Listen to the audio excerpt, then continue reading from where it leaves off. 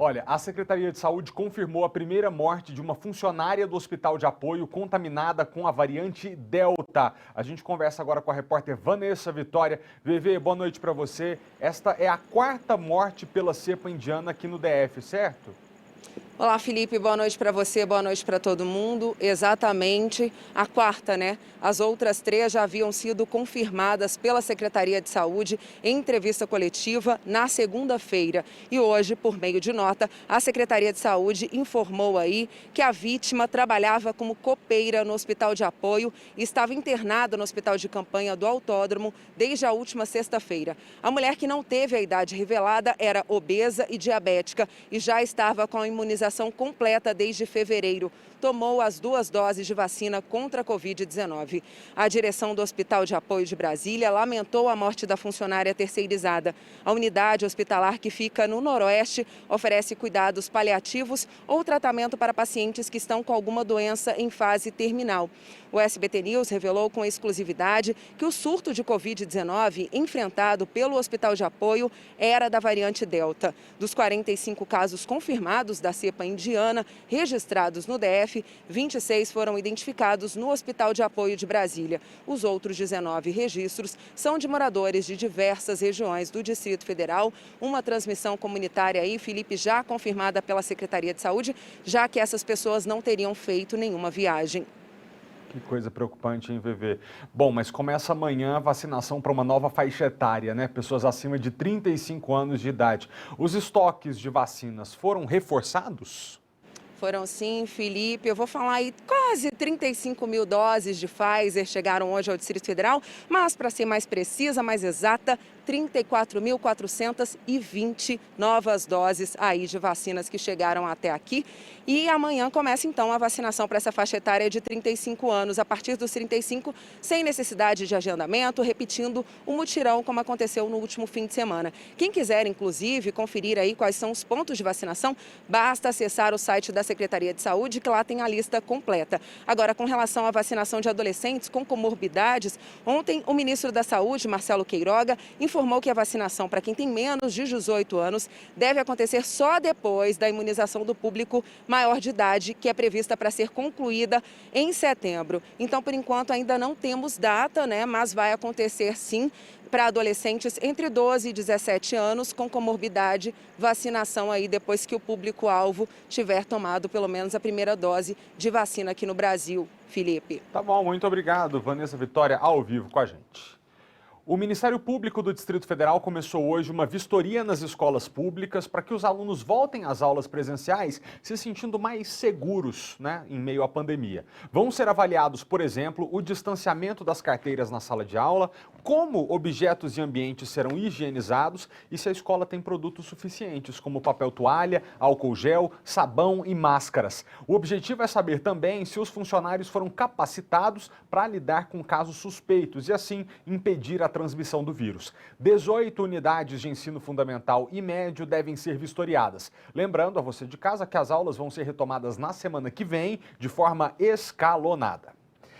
O governador Ibanez Rocha sancionou hoje uma lei que cria a Universidade do Distrito Federal. Vamos ao vivo ao Palácio do Buriti conversar com a repórter Vitória Mello. Vic, boa noite para você. Já tem previsão para essa nova universidade sair do papel? O governador diz que as aulas já devem começar no ano que vem, Felipe. Boa noite a você, boa noite a todos. A Universidade do Distrito Federal recebeu o nome de Jorge Amauri, em homenagem ao professor de Direito da UNB e advogado que foi vítima da Covid-19 no início deste mês. A UNDF vai ficar lá no CEA do Lago Norte, em um prédio cedido pela Terra Cap. O local ainda vai passar por reformas para receber os estudantes. A expectativa do governo é que em 5 anos tenha campus da UNDF por várias regiões do DF. E hoje, durante essa inauguração, esse lançamento da universidade, o governador Ibanez Rocha anunciou um primeiro passo, um concurso público para contratar professores. Vamos ver.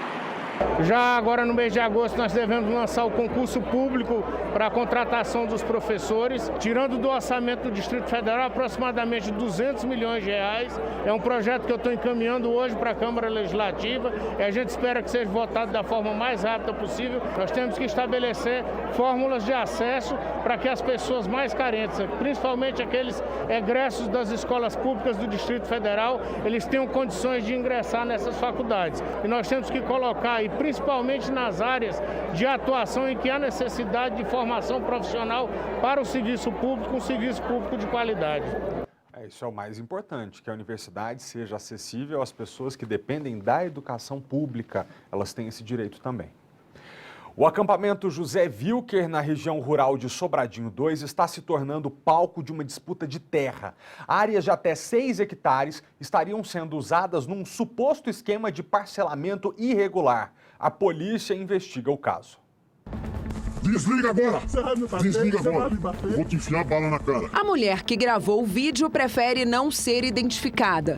Ela diz que é dona de uma área de 4 hectares no acampamento José Wilker há cerca de um mês.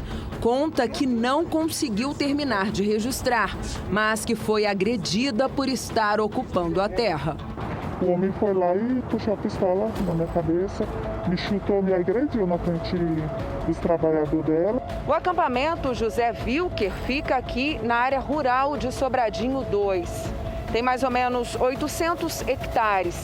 As primeiras famílias, aproximadamente 60, chegaram aqui na região há pouco mais de 7 anos.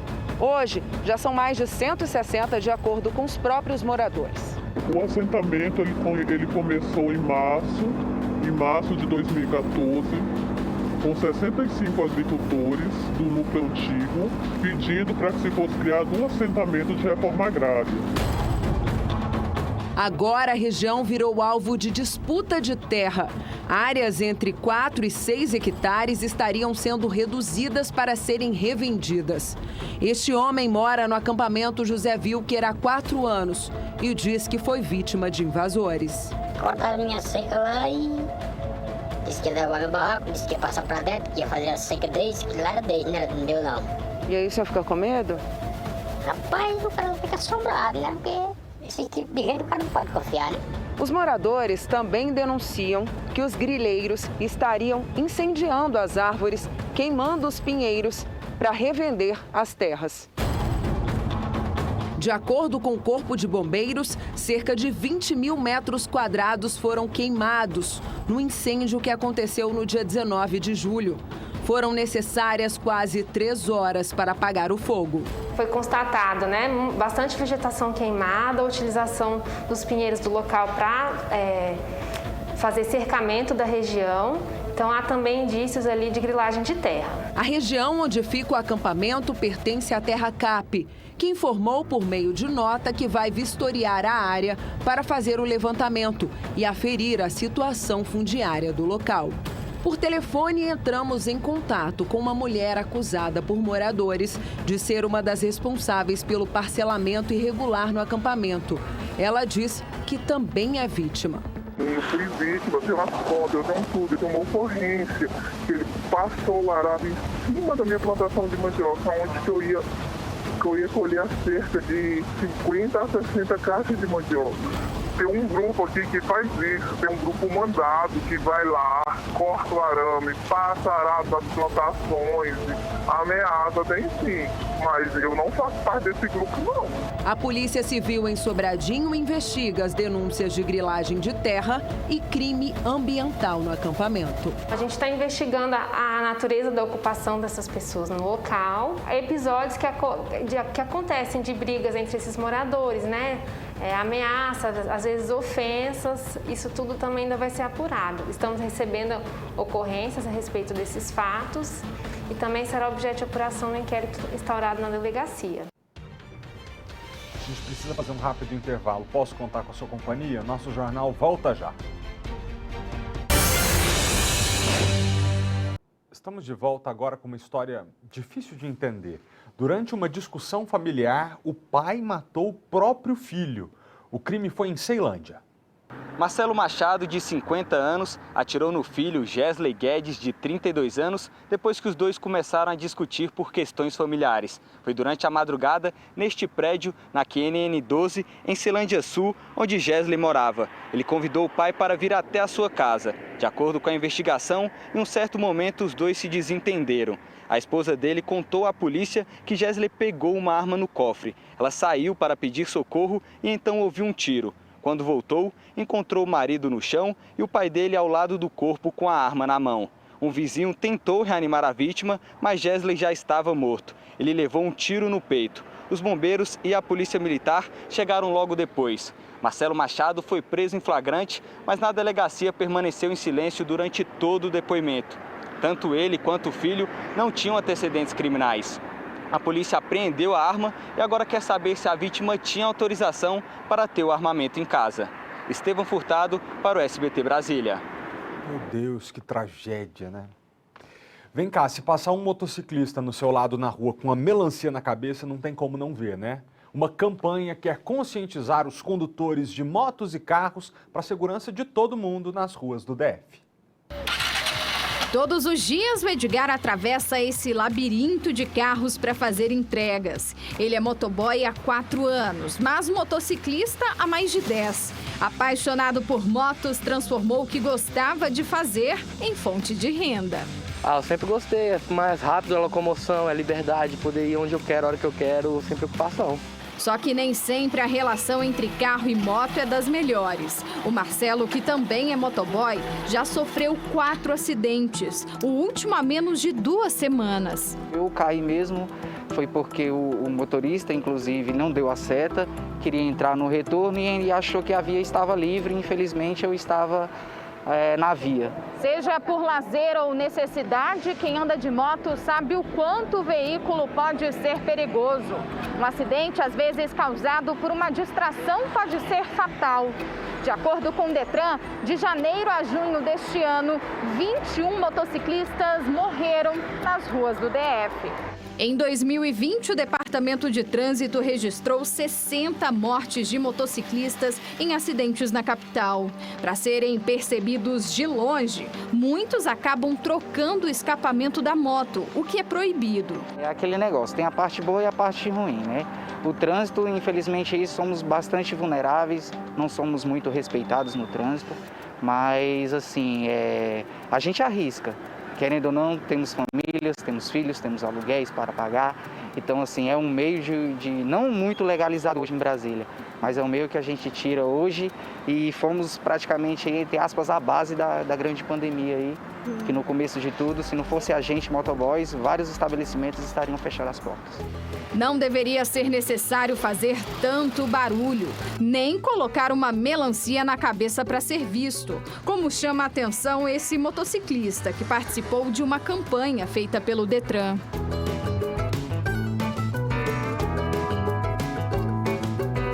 Regra básica no compartilhamento de espaços no trânsito é: o veículo maior cuida do veículo menor.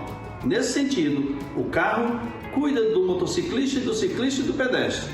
E o motociclista cuida do ciclista e do pedestre, e assim sucessivamente. Por isso, nós estamos lançando uma campanha de proteção ao motociclista. E quando nós falamos proteção ao motociclista, nós estamos falando também de uma campanha dirigida a ele próprio, motociclista, que ele tem que tomar determinados cuidados a fim de minimizar o risco de algum acidente. E mesmo por ser o mais vulnerável, o motociclista precisa seguir as regras, evitar atitudes que aumentem o risco de um acidente. No trânsito, há uma regra básica: o veículo maior cuida do menor. É uma questão de respeito. Basta ter um pouco mais de ciência e consciência, né? Botar a mão um pouco na consciência que estamos aqui para atender a população. Estamos aqui para entregar o seu remédio, estamos aqui para entregar a sua comida, estamos aqui para servi-lo.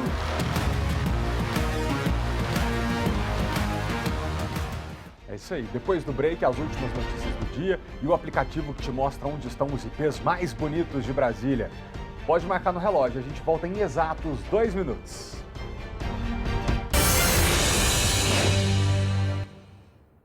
Saiu hoje no Diário Oficial do Distrito Federal a lista dos brigadistas florestais temporários convocados pelo IBRAM, o Instituto Brasília Ambiental, em segunda chamada. Os brigadistas vão atuar nas 82 unidades de conservação do DF, administradas pelo IBRAM, mas também podem ajudar os bombeiros em outras regiões, se for necessário. A partir de segunda-feira, os selecionados devem agendar pelo site do IBRAM dia e hora para a assinatura do contrato. Parabéns! Nessa época do ano, a gente se encanta com os IPs espalhados por Brasília, né? Diz a Nova Cap que são mais de 600 mil. Aí você sabe quando você vê a foto de um IP lindo e fica doido para saber se ele ainda está florido, para você mesmo ir lá fotografar e postar no Instagram? Pois é, uma professora de Brasília criou um aplicativo para nos ajudar. A educadora Daisy estava passeando de bicicleta quando decidiu fazer uma pausa para tirar fotos desse pé de ipê rosa da 208 Sul. Cada época do ano eles nos surpreendem, né? O servidor público Matheus vive em Brasília há mais de 40 anos. Declarado um apaixonado por árvores, ele decidiu criar um perfil no Instagram sobre elas, chamado Árvores do Cerrado. A ideia é compartilhar entre os brasileiros para que as pessoas visitem, para que as pessoas de outros estados e outros países conheçam as nossas belezas naturais. O amor por árvores, mas principalmente os ipês, despertou na bióloga Paula a ideia de criar um aplicativo. Apreciar os ipês é um hábito cultural, todo mundo já gosta de fazer isso. Que legal seria se a gente tivesse um meio mais prático de achá-los, de saber se o ambiente é propício. Com a ideia em mãos, a professora chamou um amigo e desenvolveu o app IPs. Estima-se que em todo o Distrito Federal existam mais de 600 mil pés de ipês. Só que no plano piloto, mais de 25 mil.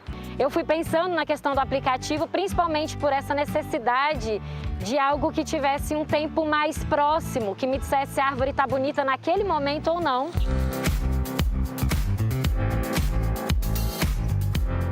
A cada momento do ano, uma espécie de ipê diferente. De junho a setembro, o ipê roxo. No final de julho, o famoso ipê símbolo de Brasília, o amarelo. Já de agosto adiante, o rosa. Em outubro, o ipê branco. Todos estes ipês são admirados por turistas e moradores do Quadradinho. Isso fique de legado mesmo para a cidade e para as pessoas. E que vire um hábito, que já é, né? A gente só está formalizando, eu acho, e simplificando, centralizando as informações.